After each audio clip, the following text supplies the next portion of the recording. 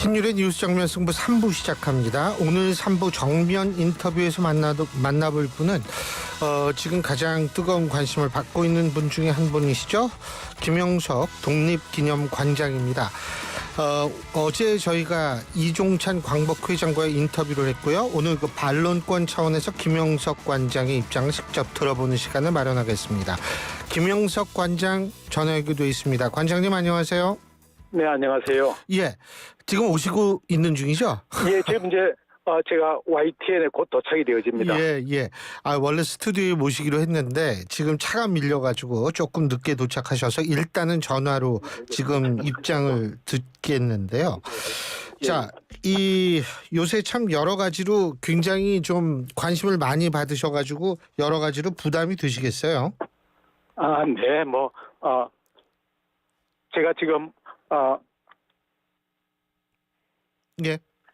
저 지금 이제 막 차에서 내려서 그런 관계로 좀 통신이 원활하지 괜찮습니다. 못했는데 이제부터 말씀 주시면은 제가 답변을 해드리겠습니다. 그 요새 여러 가지로 좀 관심을 많이 받아가지고 여러 가지로 좀 힘드시겠어요. 어떠세요 요새? 네, 그런 면도 있습니다만 어차피 우리 국민들이 앞으로 하나로 되기 위해서는 통과해야 될 하나의 과정이다, 진통이라고 생각하고 잘 감당하고 있습니다. 그러면 제가 이제 하나씩 좀 여쭤보겠습니다. 먼저 김현석 관장께서 왜 본인이 독립기념관장이 선임됐다고 생각하십니까? 제가 독립기념관장에 응모하게 된 그 동기를 이번에 그 모집 공고에서 독립 정신을 널리 알려서 국민 통합에 기여할 수 있는 적임자를 찾는다고 그렇게 공고가 나왔습니다. 그래서 그 공고를 보신 주변의 여러 지인들께서 이것은 당신이 응모하는 것이 가장 적합하겠다. 그래서 제가 응모를 하게 된 것입니다. 그리고 본인이 선정된 이유는 뭐라고 보세요? 거기에 가장 그리고 첫째는 이제 제가 그런 모집 취지에 적합하다고 판단하셨을 테고, 그럼 두 번째는 앞으로 독립기념관의 비전에 대해서 앞으로 장래의 비전에 대해서 제가 가장 설득력 있는 그런 대안을 제시했기 때문이 아닌가 그런 생각이 듭니다. 자, 우선 그러면 국민 통합에 기여할 수 있다라고 본인 스스로가 이제 판단을 하신 거 아니겠어요, 그죠? 네네. 지금 기여가 되고 있다라고 보십니까? 지금 현재 상황은 제가 의도하지 않은 그리고 저의 진위와는 상관이 없는 여러 가지 오해와 억측들이 난무하고 있어서 전혀 뜻밖의 상황이 벌어졌습니다만은 서로 대화하고 그다음에 발언의 진위나 이런 것을 다 이해하는 순간 우리 국민들이 앞으로 통합하고 하나로 되어지는데 보다 좋은 전화위복의 기회가 될 것으로 그렇게 기대하고 있습니다. 지금 본인이 생각하실 때 어떤 부분에 오해가 제일 많습니까? 억측이 어떤 부분입니까? 대표적으로 저보고 자꾸 뉴라이트라고 얘기를 합니다만 저는 기존에 뉴라이트적인 정치 활동을 하거나 또는 제가 일본의 식민지 지배가 우리의 근대화에 기여했다고 하는 그런 통상적인 뉴라이트의 관점에서 글을 쓰거나 발표를 한 적이 한 번도 없습니다. 그래서 거기에 대해서는 정확한 저의 입장에 대한 판단과 그다음에 또 거의 소통이 이루어져야 되는데 그러지 아니하고 일방적으로 지금 그렇게 문제를 제기하는 통에 제가 지금 현재 논란의 중심에 있는 것 같습니다. 그 일방적이라고 말씀하셨는데 그 일방이라는 쪽도 근거 없이 얘기하는 건 아니잖아요. 아니 첫째는 기존에 뉴라이트 활동을 했던 그분들이 저는 뉴라이트에 김영석이라는 사람은 뉴라이트에 활동한 적이 없습니다라고 하는 공식적인 입장이 나와 있고요. 두 번째 당사자인 내가 그런 활동을 한 적이 없다고 부인을 하고 있고요. 예. 또 세 번째, 제가 이제까지 쓴 글이나 강연 가운데 예. 제가 일본의 식민지 지배에 동조하거나 또 제가 어떤 우리 독립운동가들을 패배하거나 그랬던 근거가 있으면 구체적인 그런 근거를 제시를 해야 되는데 그런 근거가 없이 일방적으로 저에게 당신은 뉴라이트라고 그렇게 지금 매도하고 있는 것 아니겠습니까? 근데 이제 그 언론 보도입니다. 이거는 언론 보도가 관장님께서 작년 12월 자유민주를 위한 국민운동 행사에서 대한민국이 1945년 8월 15일 광복됐다면서 그게 광복절이라고 이해하시는 분들이 많은데 이것은 역사를 잘 모르고 얘기를 한 것이다. 뭐 이런 식으로 언급하신 적이 있죠. 예, 그것은 이게 이제 이런 부분들이 상당히 논란이 되고 있는 건 아니겠어요? 예, 제가 이야기하는 그 광복과 건국에 대한 의미를 그 문맥을 보지 아니하시고 한 단면을 가지고 그렇게 평가를 하신 데서 생긴 오해인데요. 저는 우리나라의 건국에 대해서 제 책에서 분명히 강조하기를 건국은 하루아침에 이루어진 것이 아니다. 1919년 3.1운동으로 인해 생긴 임시정부로부터 시작하여 1948년 대한민국 정부의 수립으로 완성이 되었다라고 해서 건국을 언한 시점이 아니라 과정으로 보는 사람이거든요. 저와 같은 견해는 제 개인만의 주장이 아니라 우리 학계에서도 신용화 교수님을 비롯한 여러분들이 동일한 입장을 표명하고 계십니다. 지금 도착하셨으니까요. 들어오셔서 말씀하시죠. 네, 그렇게 하겠습니다. 지금 도착하셨습니다. 어서 오십시오. 그 말씀 계속 하세요. 그리고 그 광복이라는 용어는 말이죠. 1948년도에 우리나라에서 처음으로 4대 국경일을 제정합니다. 그때 당시에는 1948년 8월 15일을 광복절이라고 얘기를 합니다. 그 정확한 얘기는 독립기념일이었습니다. 그래서 1949년 8월 15일 날 제1회 독립기념일로 지켰고요. 그 이후에 1953년까지 계속이 되어집니다. 그런데 그 법이 통과될 때에 당시 법사위원장이던 백간수 의원께서 1948년에 우리나라가 대한민국 정부가 수립된 것이 경축하고 아주 중요한 일이지만 함께 1945년 8월 15일도 같은 날이니까 그걸 그 해방된 것도 함께 우리가 경축하면 더 좋지 않겠느냐. 그래서 광복절이라는 명칭으로 바꾸거든요. 그때의 기준점은 1948년 8월 15일이었습니다. 그래서 제가 설명하는 과정에서 1945년 8월 15일은 일제의 압박으로부터 해방이 되어져서 그 나름대로 우리가 경축하고 중요한 역사적인 의미를 가지고 있고 1948년 8월 15일은 1948년 5월 10일 날 최초로 우리 국민이 주권을 얻어서 우리 손을 우리의 대표를 뽑아서 정부를 세운 것 아니겠어요? 그래서 이거는 그 나름대로 또 중요한 의미가 있다. 그렇게 해서 제가 우리의 광복은 그리고 우리의 건국이 완성이 되어진 그 진정한 의미는 1948년 8월 15일에 역사적 의미가 있다라고 설명을 하는 거죠. 알겠습니다. 그리고 요거는 조금 다른 건데 그 작년 5월에 한국 프레스센터에서 열린 대한민국 역사와 미래학술 세미나 우리 관장님께서 또 여기 참석을 하셨는데 여기에서 이런 말씀을 하셨다고 보도가 되어 있습니다. 이게 한겨레 보도인데요.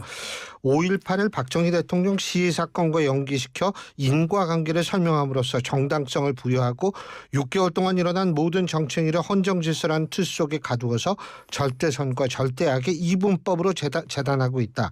이렇게 말씀하시면서 이 논리에 따르면 5.18 참가 세력은 헌법 수호자고 이를 탄압한 세력은 헌법 파괴자라는 도식이 성립한다. 이런 얘기가 지금 보도가 됐는데 이 부분이 또 이제 논란이 좀 될 수가 있어가지고 본인의 입장은 정확한 입장이 어떤 겁니까? 5.18에 관련되어져서는 광주 그날의 진실이라고 제가 책을 낸 것이 있습니다. 거기에 북한 개입수를 완전히 부인하신 건 알고 있습니다. 그리고 제가 이제 5.18 민주화 운동의 그 성격에 대해서도 제가 규명을 했고요. 그래서 이제 제가 지금 갑작스럽게 이제 앵커께서 뭐 질문지도 없던 얘기를 갑자기 하시니까 제가 원래 질문지 없던 아니 정확한 개념을 제가 지금 또 커피 차에서 내려 지금 올라온 길에 내가 정확하게 모르겠는데 일단 제가 그냥 설명을 이렇게 드리겠습니다. 5.18에 관련되어진 그 5.18 특별법에 의하면 1979년 12.12로부터 그다음에 1980년 5월 18일 그때 이 민주화 운동이 일어나기까지에 5월 18일 전후한 시기에 민주화 그 기간에 일어난 민주화 운동에 종사한 모든 사람들을 대상으로 하는 것으로 그렇게 규정이 되어 있는 것 같습니다. 그래서 제가 그 부분을 설명을 하면서 또 그다음에 지금 우리가 1980년 5월 18일 날 이 뭡니까 5.18의 의미와 그다음 1979년 12.12의 의미를 연결시켜서 해석하는 것에 대한 어떤 문제점 그런 것을 제가 제기한 것이 아닌가 싶은데 정확한 것은 제가 이렇게 여쭤볼게요. 그 5.18 전두환 그 일당이 구타타 세력이라는 건 전혀 부정하시는 게 아니다 이렇게 이해도 되겠습니까? 네. 그러니까 그게 절대선 절대악이라면 수많은 무고한 국민들이 희생됐던 사건이기 때문에 그거는 어쨌든 선악의 관점에서 좀 바라볼 수 있는 거 아닌가 그래서 여쭤본 거거든요. 지금 5.18을 말씀하시는 겁니까? 아니면 박정희 대통령 시해사건을 말씀하십니까? 5.18. 5.18은 선과 악의 개념. 그러니까 무고한 우리 국민들이 희생당한 한 사람의 권력 요구에 의해서 이렇게 된 거니까 그거는 좀 절대선 절대악으로 이게 나눠서 볼 수 있는 건 아닌가요? 아니 절대 지금 내가 질문의 의미를 정확하게 지금 이해를 못 하겠습니다만 제가 1980년 5월 18일 날 광주에 있는 학생들이 민주화 운동을 한 그 역사적 사실 그것을 제가 인정을 하고 그 바탕 위에서 제가 제 책을 서술을 했고요. 그다음에 또 지금 말씀하시는 것이 무슨 말씀인지를 제가 잘 이해를 못 하겠는데 이렇게 갑작스럽게 이제 죄송합니다. 말씀을 하시니까 고날 세미나에서 말씀하셨던 것이 있기 때문에 제가 그거를 한겨레에서 보도를 한 거거든요. 아니 그래 내가 그 내용을 좀 확인해 볼 수 있는 한겨레의 기사 내용이 제가 한 강연의 내용과 일치하는지 저는 제가 우리 대한민국 역사와 미래 재단에서 했던 학술 세미나에서 5.18에 관련된 강연을 했던 것은 지금 기억이 잘 안 나거든요. 그러니까 지금 본인의 입장만 확실하게 말씀해 주시면 되죠. 그러니까요. 뭘 얘기를 하는 거예요? 그러니까 전두환 구테타 세력이라는 게 사실 우리가 악으로 좀 그거는 사실 우리 역사에 굉장히 불행한 있어서는 안 될 일을 일으킨 집단이다 이런 생각을 많은 분들이 하거든요. 거기에 동의하시는 거죠? 그렇게 동의했으니까 내가 광주 그날의 진실에 대한 책을 쓴 거 아니겠습니까? 알겠습니다. 참고로 한겨레에서 2024년 8월 9일 날 한겨레에서 실린 기사의 일부를 제가 여쭤본 겁니다. 그리고 또 다른 거 제가 어제 이종찬 회장께서 나오셔가지고 이 임원 추천위원회라는 게 있는 모양이더라고요. 근데 거기에서 그것도 이게 좀 문제가 있다. 그 임원 이 추천위원회에서 절차상을 거치는 것도 문제가 있다. 이런 말씀을 어제 하셨거든요. 그래서 이제 그때 아마 위원장인가 하셨던 분을 아마 고소하셨다고 어제 저희 방송에서 말씀을 하셨어요.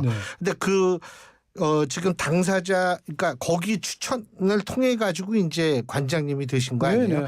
그 절차에 문제가 없었다고 생각하십니까? 저는 전혀 절차에 문제도 없었다고 생각을 하고 제가 그 과정에 대해서는 알지도 못합니다.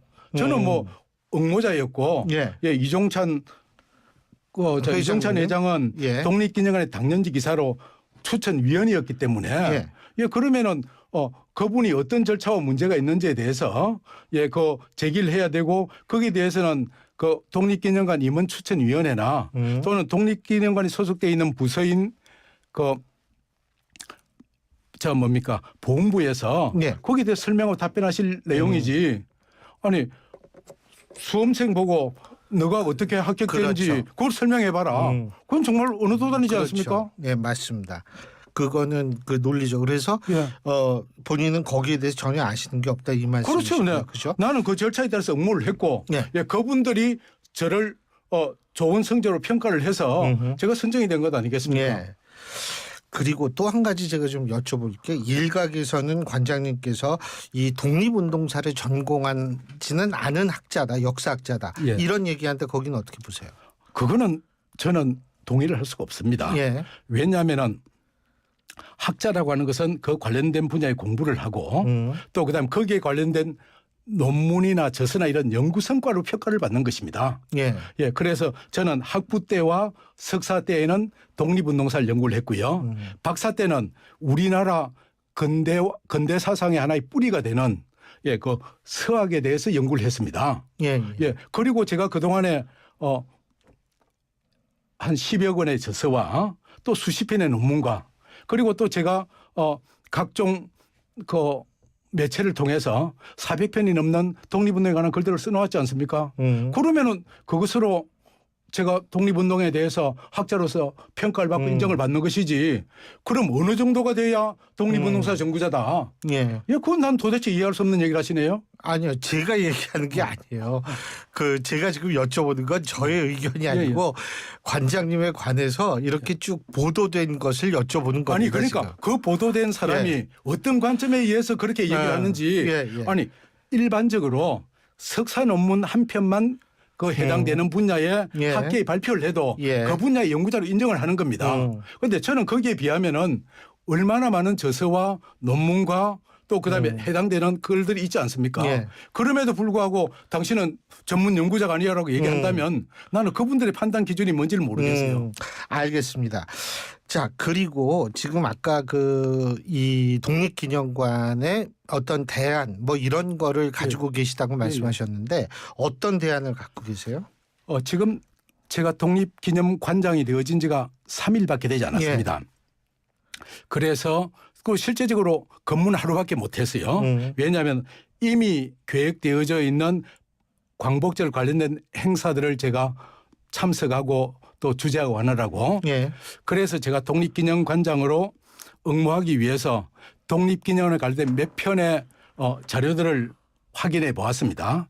2005년도에 독립기념관이 보훈처로 넘어갈 때에 거기에 대한 컨설팅을 했던 그 용역 보고서, 2018년도에 독립기념관에 대한 감사원의 종합감사 보고서, 지금 홈페이지에 나와 있는 독립기념관의 장래의 비전, 이런 것들을 분석해 본 결과 지금 독립운동가는 상당한 위기에 있다고 한 걸 느꼈습니다. 왜냐하면 처음에 개관 당시에는 1년에 667만 명이 다녀간대요. 거기에 400만 명을 떨어졌다가 지금은 100만 명 되거든요. 그래서 국민으로부터 점점 멀어지고 있는 독립기념관.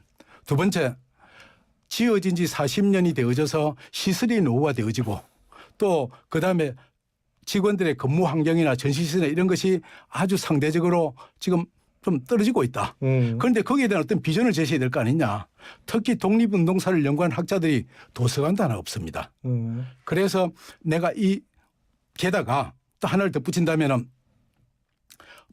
전임 관장 시절에 경영 대상 그 평가를 받은 내용들이 그것이 지난해 같은 경우에 최하 등급을 받았어요. 그래서 직원들이 만약에 금년에도 지난해와 같은 평가가 나온다면 그건 제가 물론 이제 부임하기 이전의 일입니다만 그럼 아예 성과급을 한 푼도 받을 수 없는 그런 아주 딱한 사정이 되어지는 그 여러 가지 면에서 독립기념관이 지금 참 위기에 있다. 그럼 이 위기를 어떻게 기회로 바꿀 것이냐. 거기에 대해서 제가 구체적으로 서화 분석을 하고 그 대안들을 아주 업무 수행 계획서에 장문으로 제가 제시를 했지요. 그래서 제가 부임하고 난 다음에 우리 담당 직원들만 만나서 얘기를 들어보니까 관장님께서 앞으로 독립기념관의 발전 방안에 대해서 제주신 내용을 우리도 새롭고 정말 스타디해 보여야 될 앞으로 검토해야 될 필요성이 있어서 우리가 3일 동안을 스타디를 했습니다. 우리로서는 아주 획기적인 내용이었습니다. 예. 그런 얘기를 제가 들었어요. 예. 그래서 뭐 거기에 대한 설명을 하려고 그러면은 제가 지금 다 할 수 있습니다만, 예, 그런 나는 지금 독립기념관에 나가야 될 일은 이제 3년 후면은 독립기념관이 40주년을 맞습니다. 40주년이 맞았을 때 독립기념관이 국민들로부터 사랑받고. 알겠습니다. 그 지금 시간 관계상 제가 그러니까 지금 예를 들면은 이종찬 그 광복 회장께서 그 뉴라이트라고 볼 수 있다라는 기준이 이제 첫째 이승만 전 대통령을 건국 대통령으로 지칭하는 것, 두 번째 1948년을 건국절로 주장하는 것, 세 번째는 일제 강점기 우리 국적을 일본이라고 주장하는 것, 네 번째는 임시정부 역사를 폄훼하는 것, 다섯 번째로는 식민지 근대화를 주장하는 것, 여섯 번째로 일제 강점기 곡물 수탈로 수출을 미화하는 것, 일곱 번째로 위안부나 징용을 자발적이었다고 강변할 경우, 이건데 여기에 본인께서 해당되신 게 하나도 없다 이 말씀이시죠, 그죠? 예, 이제 이종찬 회장께서 첫째 이제 그 9가지를 얘기하는 것 자체가 저는 그 기준이 어디에서 나왔는지를 모르겠어요. 예를 들자면 뭐 저는 건국절 제정을 반대하고 있는 입장입니다만 이승만 대통령을 건국 대통령으로 인정하는 사람들, 이게 전부 다 뉴라이트로 간다면은 대한민국의 뭐 이번에 건국전쟁 영화를 시청했던 그 180만 명이나 그다음에 지난 시기에 1918년이냐 1948년이냐 이분법적인 논쟁이 벌어졌을 때에 1948년을 지지했던 모든 학자들은 다 뉴라이트라는 얘기 아니겠습니까? 그거는 아주 자의적이고 편파적인 해석이라는 걸 첫째 말씀드리고요. 그다음 두 번째 저한테 적용했는데 그분들이 저한테 적용해서 뒤집으신 건 그 세 번째 얘기예요. 국적 문제. 그런데 그거는 분명히 얘기를 합니다. 당시에 국적이 어디 있냐라고 물었어요. 국적은 그거는 우리의 정서상의 문제가 아니라 세계 국제사회에서 볼 때 우리 국민들에 대한 법적 자격에 관한 문제입니다. 알겠습니다. 그래서 제가 송기정 선수가 베를린 올림픽에 일장일 달고 뛸 수밖에 없었던 그 가슴 아픈 사연도 우리가 국적을 뺏겨서 그런 거 아니냐. 그래서 우리 국군을 되찾기 위해서 독립운동을 했던 거 아니냐. 그걸 강조를 했던 사람인데 그걸 한 부분만 잘라가지고 그렇게 저를 7.18로 건국 반대자로 뉴라이트로 매도하는 것은 아주 부당하고 그건 잘못된 저 입장이지요. 잘 알겠습니다. 하여간 뭐 지금 굉장히 여러 가지로 힘드시고 복잡하실 텐데 그래서 저희가 반론 기회를 드리기 위해서 오늘 모신 겁니다. 그 저희가 또 필요하면 한번 또 입장을 들어보는 시간을 갖도록 하겠습니다. 시간 관계상 오늘 말씀 여기까지 듣겠습니다. 고맙습니다. 고맙습니다. 지금까지 독립기념관장이시죠, 김영석 관장과 얘기 나눠봤습니다.